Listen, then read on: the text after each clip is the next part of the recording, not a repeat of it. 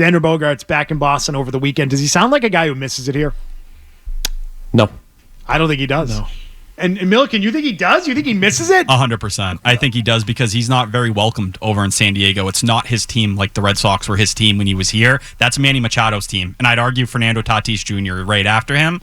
And that fan base, they can't stand him. They boo him. They don't like him because of that contract. They look at him as a mega bust because even at Xander Bogaerts' peak, he'll never be worth that $280 million. They did that because Peter Seidler was unfortunately on the way out. They wanted to find a way to see if they could compete. They missed out on Aaron Judge and Trey Turner. Hey, money's great, but when you were what you were in Boston, where you were this beloved figure, the guy in that clubhouse, I think he valued that relationship with Rafael Devers, who he immediately went and had a cookout with when he got here. I think that's the stuff that meant a lot to him. But hey, he has to go chase the bag. And I think you saw in the dugout when he was the last one sitting there, kind of tipping his cap to Cora and Devers. There's a lot of feelings and hurt because I think at the end of the day, he was willing to settle for you. He would have taken that 6-150 in spring training 2022. We know that. He was looking for the Jose Altuve deal. It bothers him that the Red Sox didn't respect him enough, and that's why he was willing to listen to the Red Sox until the very end, even when they didn't deserve that. Yeah, I think it bothers him that he was disrespected by the Red Sox. I think $280 million to the Padres, it doesn't have to be his team to do that. And it didn't sound like a guy that was longing to be back with the Red Sox. You know, there might be some hurt feelings in terms of how it ended for sure, but I don't think he's sitting there going, man, I wish I was still in Boston at this point. This franchise is really what I need in my life at this point. He may be unhappy in San Diego, but that does not mean he misses Boston. Here, yeah. Right. I think he misses might, the people. Right. I think he's his buddies. Those are his friends. But as far as being a member of the Red Sox and being here, he might enjoy a different team and a different situation more than the one he's in. I think that's probably true and would maybe be better served by a change of scenery. But I don't think... No one's ever taking that contract on unless you eat so much of it.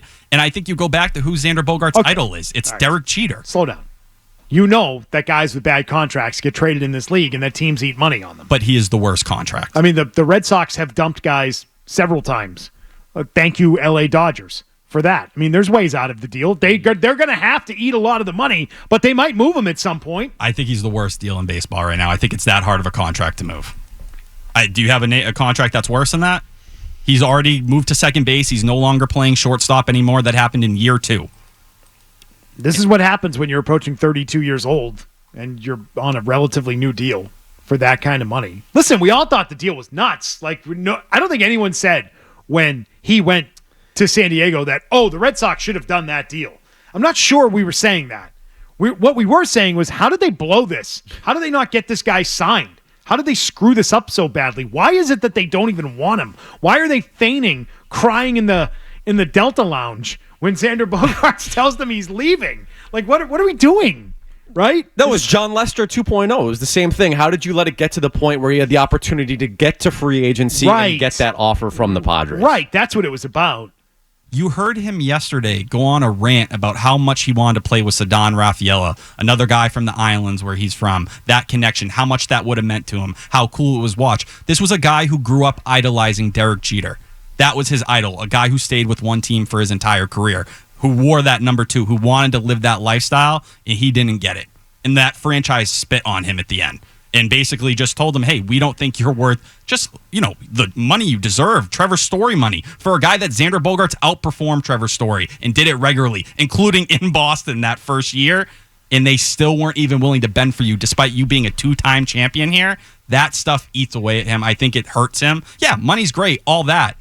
In San Diego, he's never going to be seen as a hero. He's seen as a burden. Here, I think the fan base appreciated him and showed him that love, even beyond what the outside of the rest of the league looked at him as, because he never got that national credit like he deserved. Yeah, I think I understand what you're saying. I think he misses the fan base. I think he misses the Red Sox part of it, his friends and all that stuff. But I think being a part of the team in that front office, I mean, I don't think he would want to be back around that nasty situation again, that led to him out of the door in the first place. But he was willing to. He already told you he was willing to. If you gave me the money in the spring, I'm signed. It's done. The conversation ended there. He was willing to do that despite what was going on with the front office. He just got hurt because at the end of the day, When you got to the offseason and someone went that crazy for you, there was nothing you could do. You can't say, I'm going to go take $160 million when someone's offering you $120 million more. There's just no business decision where you could justify it. I remember Bogaerts sitting in that club looking at his phone that night when that clip went viral, him just standing all by himself. That's a dude who pictured being in a Red Sox uniform his entire career. But what you're describing, Milliken, isn't a guy, though, that I think is missing the franchise itself, and I think it's what it could have been. It's all of it. Yeah. It's the entire experience. I think it being the organization he came from with those connections and all that, you're not going to make those same connections somewhere else because you're not going to be that same kid who grew up here in front of these fans. Xander Bogaerts got the tribute video on Friday night. Was it the top of the second inning when they did it? The seats weren't even full at Fenway yet when they did it. The sun was still shining. I wasn't even there yet. Right? The sun, did you go? I went to that game, but I wasn't there. You didn't make it in the park yet. Yeah, you were one of the empty seats because there were many at the point that they did it on Friday night. I'll tell you what, those games fly now. To go to them, if you don't time it right, you miss like the first 3 innings. Yeah, you got to get there, T-Bone. You know, you got to get to the game. Make games longer. Is T-Bone's take? Interesting. If you like that clip, check out more videos from Zolak and Bertrand here. For more Red Sox analysis and opinion, hit this playlist. And for all the latest from the Sports Hub, download the app at 985thesportshub.com.